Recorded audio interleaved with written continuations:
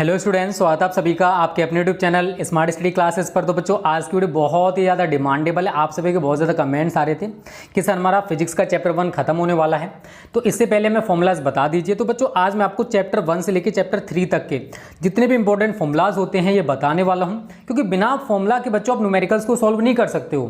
तो अगर आप न्यूमेरिकल्स को अच्छे से तैयार करना चाहते हो, क्योंकि बोर्ड एग्जाम्स में न्यूमेरिकल्स 20 से लेकर 25 नंबर कवर। हेलो स्टूडेंट्स, तो आप सभी के लिए गुड न्यूज़ है बच्चों, क्योंकि नून एकेडमी पर हम आपके लिए फ्री कोर्स लेकर आ रहे हैं। 100% फ्री क्लासेस हैं नून एकेडमी पर, आपको इसके लिए कोई भी चार्ज नहीं देना है। अगर आप कोई लाइव क्लास मिस कर जाते हो तो बाद में उसका रिकॉर्डेड सेशन रहेगा, बाद में भी आप उस क्लास को देख सकते हो। अनलिमिटेड डाउट आप यहां पर पूछ सकते हो, और जैसे आपका सेशन खत्म होगा बच्चों, उसके बाद आपको नोट्स दिए जाएंगे। ठीक है, जो भी हमने पढ़ा है उसका नोट्स भी आपको यहां पर मिलेगा। बहुत सारे एमसीक्यू क्वेश्चंस कराएंगे। तो यहां पर आप ये नहीं बच्चों यूपी बोर्ड 12th की तैयारी करोगे, नीट की भी तैयारी कर सकते हो, और भी बहुत सारे कंपटीशन हैं जिनकी तैयारी आप यहां से कर सकते हो, और वो भी 100% फ्री। तो उसके लिए बच्चों आपको क्या करना है, प्ले स्टोर से नून एकेडमी डाउनलोड करो, अपना रजिस्ट्रेशन करो, और वहां पर हमारे यूपी बोर्ड में जाकर हमारा जो कोर्स है उसे ज्वाइन कर लेना, हमारा जो ग्रुप है उसको ज्वाइन कर लेना। और ग्रुप्स की लिंक मैं आपको इस वीडियो के डिस्क्रिप्शन में भी दे दूंगा, वहां से भी आप ग्रुप्स को ज्वाइन कर सकते हो, चाहे आप 11th में हो या फिर 12th में हो। ओके स्टूडेंट्स, तो ऐसा कोई बच्चा नहीं होगा जो नहीं चाहता होगा कि 20 से 25 नंबर हमारे कवर हो जाएं और हम बोर्ड एग्जाम में 20 से 25 नंबर करके आएँ। हर कोई चाहता है ना। तो वीडियो को लास्ट तक बने रहना बच्चों, सारे जितनी फॉर्मूलाज हैं अच्छे से बताऊंगा, टेंशन मत लेना, इनको आज ही तैयार कर लेना। पहला चैप्टर है उसको तैयार कर लेना, फिर सेकंड चैप्टर, फिर थर्ड चैप्टर, क्योंकि अभी 3 चैप्टर कंप्लीट होने में टाइम लगेगा।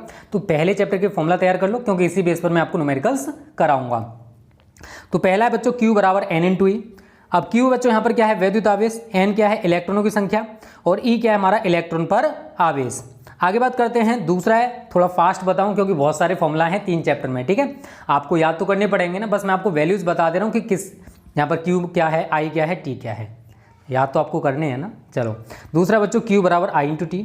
तो Q हमारा वैद्युत आवेश है, I हमारी वैद्युत धारा है, और T हमारा यहाँ पर क्या है, समय। तीसरा बच्चों कूलाम के नियम सभी ने पढ़ रखा है। 2 स्थिर बिंदु आवेशों के बीच लगने वाला वैद्युत बल उन आवेशों के परिमाणों के गुणनफल के अनुक्रमानुपाती तथा उनके बीच की दूरी के वर्ग के व्युत्क्रमानुपाती होता है। तो आपने सूत्र भी पढ़ा होगा, F बराबर 9 × 10⁹ Q1 × Q2/r²। तो बच्चों यहाँ पर F क्या है, वैद्युत बल है, R क्या है, आवेशों के बीच की दूरी है, और Q1 Q2 के हमारे यहाँ पर वैद्युत आवेश हैं। उसके बाद बच्चों चौथा है एप्सिलॉन बराबर एप्सिलॉन नॉट के। एप्सिलॉन बराबर एप्सिलॉन नॉट के। तो एप्सिलॉन अगर आपसे कोई पूछे कि एप्सिलॉन क्या है, तो बच्चों ये होता है परावैद्युत माध्यम की वैद्युशीलता, और एप्सिलॉन नॉट के क्या है, वायु अथवा निर्वात की वैद्युशीलता, और इसकी वैल्यू भी कांस्टेंट होती है, सभी बच्चों को पता होगा। 8.85 × 10⁻12 कूलाम स्क्वायर प्रति न्यूटन मीटर स्क्वायर होती है, सभी बच्चों को पता है ना, कंफ्यूज तो नहीं है। चलो अगला बच्चों, बिंदु आवेश के कारण वैद्युत क्षेत्र की तीव्रता E बराबर 9 × 10⁹ Q/r²। तो यहाँ पर E क्या है, वैद्युत क्षेत्र की तीव्रता है, Q क्या है, आवेश है, और R क्या है, दूरी है। उसके बाद बच्चों आपको मैंने पढ़ाया था वैद्युत द्विध्रुव के कारण वैद्युत क्षेत्र की तीव्रता, उसमें आपको 2 कंडीशंस मैंने आपको बताई थी, अक्षीय स्थिति या अनुदैर्ध्य स्थिति, अनुप्रस्थ स्थिति या निरक्षीय स्थिति, सभी बच्चों को पता होगा। अगर हम अक्षीय स्थिति में वैद्युत द्विध्रुव के कारण वैद्युत क्षेत्र की तीव्रता ज्ञात करते हैं, तो बच्चों हमारा सूत्र निकल के आता है E बराबर 9 × 10⁹ 2p/r³। और यहाँ पर P क्या बच्चों, वैद्युत द्विध्रुव आघूर्ण है, इलेक्ट्रिक डाइपोल मूवमेंट है। अगर मैं निरक्षीय स्थिति की बात करूंगा तो सूत्र होता है हमारा E बराबर 9 × 10⁻9 p/r³। एक बात और बच्चों, आज ही आपको फिजिक्स की एक और मतलब न्यू वीडियो देखने को मिलेगी, जिसमें गॉस के नियम के अनुप्रयोग मैं आपको पढ़ाऊंगा। वो वीडियो आज आपको शाम में देखने को मिलेगी, थोड़ा सा लेट देखने को मिलेगी। ठीक है, चलिए बच्चों, उसके बाद 7वां सूत्र है हमारा P बराबर Q × 12। तो यहाँ पर P क्या है बच्चों, इलेक्ट्रिक डाइपोल मूवमेंट है, वैद्युत द्विध्रुव आघूर्ण है। 8वां सूत्र है टाउ बराबर PE sin θ। तो बच्चों यहाँ पर टाउ क्या है, बलयुग्म का आघूर्ण, E क्या है, वैद्युत क्षेत्र की तीव्रता, और अगर हमने थीटा की वैल्यू 90 डिग्री कर दी तो sin 90 का मान 1 होता है, उस कंडीशन में टाउ का मान मैक्सिमम हो जाता है। तो टाउ मैक्स बराबर सूत्र बनता है PE। तो टाउ मैक्स बराबर क्या बच्चा पार्टी, अधिकतम बल आघूर्ण। ठीक है, उसके बाद आगे बात करते हैं बच्चों, पहले ही चैप्टर के फॉर्मूला है अभी ये, φE बराबर EA cos θ। तो φE आप सभी को पता है वैद्युत फ्लक्स होता है, E क्या है बच्चों, वैद्युत क्षेत्र की तीव्रता, और A क्या है, यहाँ पर क्षेत्रफल है। दूसरा है गॉस की प्रमेय, आप सभी ने पढ़ रखी है, किसी बंद पृष्ठ से गुजरने वाला वैद्युत फ्लक्स उस पृष्ठ द्वारा परिबद्ध कुल आवेश का 1/ε0 गुना होता है। तो यहाँ पर Q क्या बच्चों, वैद्युत आवेश है, ε0 क्या है, वायु अथवा निर्वात की वैद्युशीलता है, और देखो आपने रेखीय आवेश घनत्व, आवेश का पृष्ठ घनत्व, आवेश का आयतन घनत्व सभी पढ़ रखे हैं ना, तो यहाँ पर सभी के सूत्र मैं आपको बता दे रहा हूँ। लैम्डा बराबर क्यू अपॉन एल, लैम्डा हमारा यहाँ पर रेखीय आवेश घनत्व, सिग्मा बराबर है क्यू अपॉन ए, सिग्मा है बच्चों यहाँ पर आवेश का पृष्ठ घनत्व। क्यू और ए के बारे में आप सभी जानते हो, क्यू हमारा वैद्युत आवेश है और ए हमारा क्षेत्रफल है, ऊपर एल हमारी लंबाई है, और रो बराबर है बच्चा क्यू अपॉन वी, तो रो हमारे यहाँ पर क्या है, आवेश का आयतन घनत्व। आगे बात करते हैं बच्चों, ये डेरिवेशन मैं आपको पढ़ाने वाला हूँ आज ही। तो E बराबर 9 × 10⁹ 2 लैम्डा अपॉन आर। आवेशित गोलीय कोष के कारण वैद्युत क्षेत्र की तीव्रता, ये मैं आपको पढ़ा चुका हूँ बच्चों। 3 कंडीशंस मैंने आपको बताई थी। बाह्य बिंदु पर ये सूत्र होगा, पृष्ठ पर ये सूत्र होगा, और कोष के अंदर वैद्युत क्षेत्र हमारा 0 होता है। और अगर कोई कण है जो वैद्युत क्षेत्र में रखा हुआ है, तो बच्चों उस पर वैद्युत बल और उसका भार दोनों लगेंगे। तो यहाँ पर ये सूत्र आप सभी याद रखोगे, QE बराबर mg। तो g हमारा यहाँ पर गुरुत्व त्वरण है, यहाँ पर मैंने सारी चीज़ें लिख रखी है, m हमारा द्रव्यमान है। आगे बात करते हैं बच्चों, यहाँ से हमारा सेकंड चैप्टर स्टार्ट हो जाता है, स्थिर वैद्युत विभव तथा धारिता। बहुत ही ज़्यादा इंपॉर्टेंट चैप्टर है ये भी, यहाँ से भी न्यूमेरिकल्स बहुत ज़्यादा आते हैं। तो इसमें पहला फॉर्मूला है बच्चों V बराबर W अपॉन Q। तो V हमारे यहाँ पर क्या है, वैद्युत विभव है, W क्या है, कार्य है, और Q हमारा आवेश है। VA माइनस VB बच्चों ये वैद्युत विभवांतर होता है, तो VA माइनस VB बराबर होता है W upon Q। VA minus VB है आपका वैद्युत विभवांतर। आगे बात करते हैं बच्चों, बिंदु आवेश के कारण वैद्युत विभव। तो हमारे यहाँ पर ये सूत्र होता है बच्चों, V बराबर 9 × 10⁹ Q अपॉन R। यहाँ पर बच्चों क्या होता है कि Q क्या है, बिंदु आवेश है। उसके बाद देखो, जैसे वैद्युत द्विध्रुव के कारण वैद्युत क्षेत्र की तीव्रता हम लोग 2 कंडीशंस में निकालते हैं, वैसे ही वैद्युत द्विध्रुव के कारण वैद्युत विभव भी 2 कंडीशंस में निकाला जाता है, अक्षीय स्थिति और निरक्षीय स्थिति। अक्षीय स्थिति में वैद्युत द्विध्रुव के कारण वैद्युत विभव होता है बच्चा पार्टी आपका V बराबर 9 × 10⁹ P अपॉन R स्क्वायर। तो P हमारे यहाँ पर क्या है, वैद्युत द्विध्रुव आघूर्ण है, और निरक्षीय स्थिति में वैद्युत विभव आपका 0 होता है। उसके बाद बच्चों आगे बढ़ते हैं थोड़ा सा, वैद्युत स्थितिज ऊर्जा के बारे में भी आपको पता होना चाहिए, उसका सूत्र भी आपको याद होना चाहिए। U बराबर 9 × 10⁹ Q1 × Q2 अपॉन R। सूत्र आपको याद करने पड़ेंगे और अच्छे से तैयार कर लेना, क्योंकि इनकी जरूरत हमें आगे जाके पड़ेगी, न्यूमेरिकल जब करेंगे। ठीक है, U क्या है बच्चों, वैद्युत स्थितिज ऊर्जा है। विभव प्रवणता से रिलेटेड भी न्यूमेरिकल्स कभी कभी आ जाते हैं, तो इसको भी तैयार कर लेना। E बराबर minus delta V upon delta x। तो डेल्टा V हमारे यहाँ पर क्या है बच्चा, विभव में परिवर्तन, और डेल्टा x क्या है, दूरी में परिवर्तन। तो इसमें समझाने वाली कोई चीज़ तो है नहीं बच्चा पार्टी, क्योंकि हम ये सारी चीज़ें डिस्कस कर लेते हैं जब आपको थ्योरी पढ़ाते हैं। तो ठीक है, तो इनको आप तैयार कर लेना, याद कर लेना अच्छे से, जिससे कि न्यूमेरिकल्स में आपको दिक्कत ना हो। अगर हम किसी वैद्युत द्विध्रुव को घुमाना चाहते हैं, तो उसको घुमाने में किया गया कार्य हमारा ये होता है, W बराबर PE 1 माइनस cos थीटा, और वैद्युत स्थितिज ऊर्जा आपको याद रखनी है, U थीटा बराबर minus PE cos theta. W कार्य है, P वैद्युत द्विध्रुव आघूर्ण है, E वैद्युत क्षेत्र की तीव्रता है। सभी बच्चों को पता होगा, मुझे बताने की भी जरूरत नहीं है। चलो बच्चों आगे बात करते हैं, इसी चैप्टर के हैं, सेकंड चैप्टर की फॉर्मूला है ये आगे। C बराबर Q अपॉन V। तो C है हमारे यहाँ पर वैद्युत धारिता, Q है हमारे यहाँ पर वैद्युत आवेश। अगर कोई गोलीय चालक है उसकी धारिता निकालें बच्चों, विलगित गोलीय चालक की धारिता, तो सूत्र होता है C बराबर 4πε0 A। कभी कभी यहाँ पर K भी दे देता है, मतलब ये गोलीय चालक किसी परावैद्युत माध्यम में रखा हुआ है, तो उस कंडीशन में 4πε0 Ka सूत्र बन जाता है। तो A यहाँ पर क्या है, त्रिज्या है।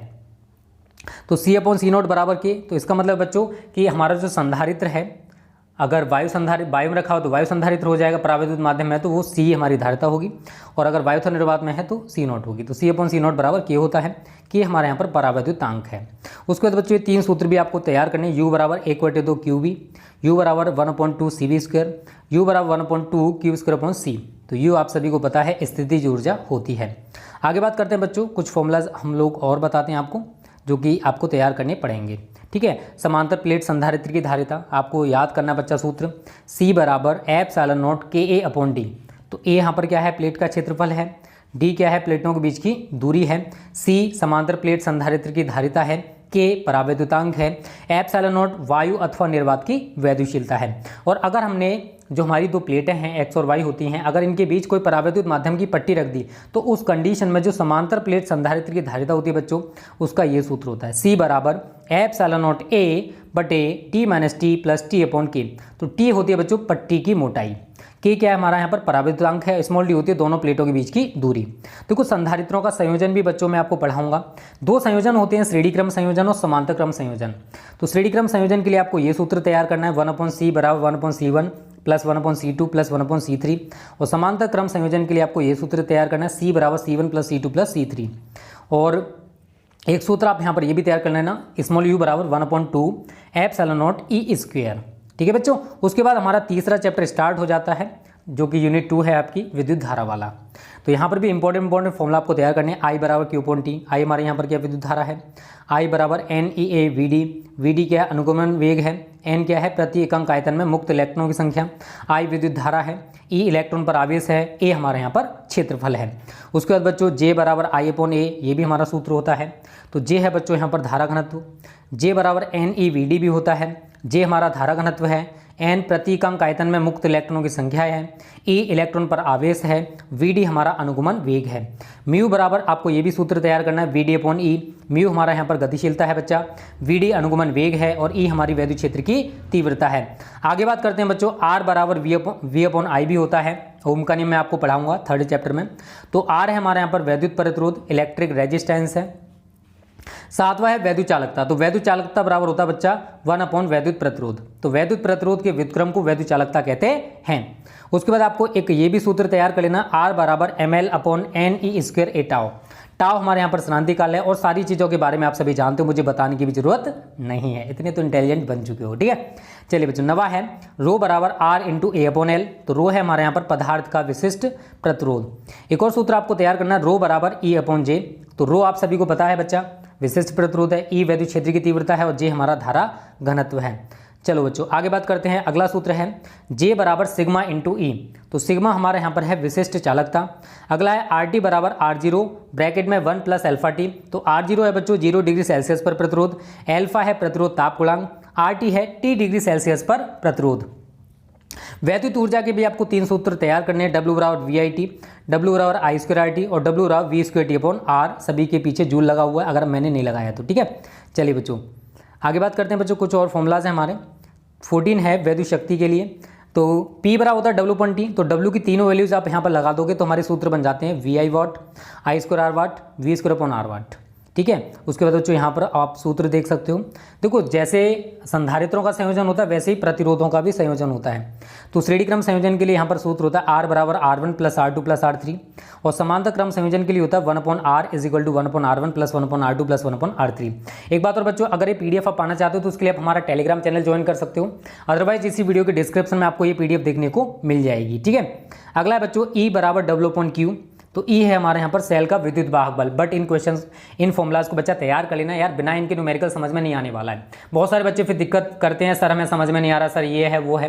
तो समझ में यार तब आएगा जब आप फॉर्मूला तैयार कर लोगे, थोड़ी कैलकुलेशन अच्छी होगी, वैल्यू पुट करना आपको आता होगा, तब जाके फॉर्मूला सीख पाते, मतलब न्यूमेरिकल्स कर पाते हैं। अगला बच्चों V बराबर E-IR। R है सेल का आंतरिक प्रतिरोध, V है टर्मिनल विभवांतर होता है, E हमारा सेल का विद्युत वाहक बल है, I हमारी विद्युत धारा है। 18 बच्चों स्मॉल r बराबर कैपिटल R ब्रैकेट के अंदर E/V-1। अगर सेल से प्राप्त धारा की बात करें तो I बराबर E/R प्लस R। व्हीटस्टोन सेतु का सिद्धांत P/Q = R/S होता है। ठीक है बच्चों, चलो आगे बात करते हैं। मीटर सेतु में आपको पढ़ाऊंगा, तो मीटर सेतु के लिए सूत्र निकल के आता है S बराबर R ब्रैकेट के अंदर 100 - L/L, E बराबर K/L, ये भी पढ़ेंगे।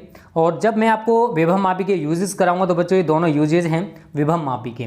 तो बच्चों ये 3 चैप्टर के फॉर्मूला है, मैंने थोड़ा फास्ट बताने की कोशिश की है। उसका रीज़न है बच्चों ये फॉर्मूला आपको ही याद करने पड़ेंगे, क्योंकि इसमें समझाने वाला कुछ भी नहीं होता। जो भी समझाना होता है हम लोग चैप्टर में समझा देते हैं आप सभी को। तो इन फॉर्मूलाज की तैयारी आप अच्छे से कर लेना और ज़्यादा से ज़्यादा तैयार करना है इनको फॉर्मूलाज को, क्योंकि न्यूमेरिकल्स आपकी समझ में बच्चा तभी आएगा जब आप ये फॉर्मूला अच्छे से क्लियर कर लोगे, अच्छे से समझ लोगे तब। तो बच्चों आज की वीडियो को यहीं पे समाप्त करते हैं। उम्मीद करता हूँ ये वीडियो आपको अच्छी लगी होगी।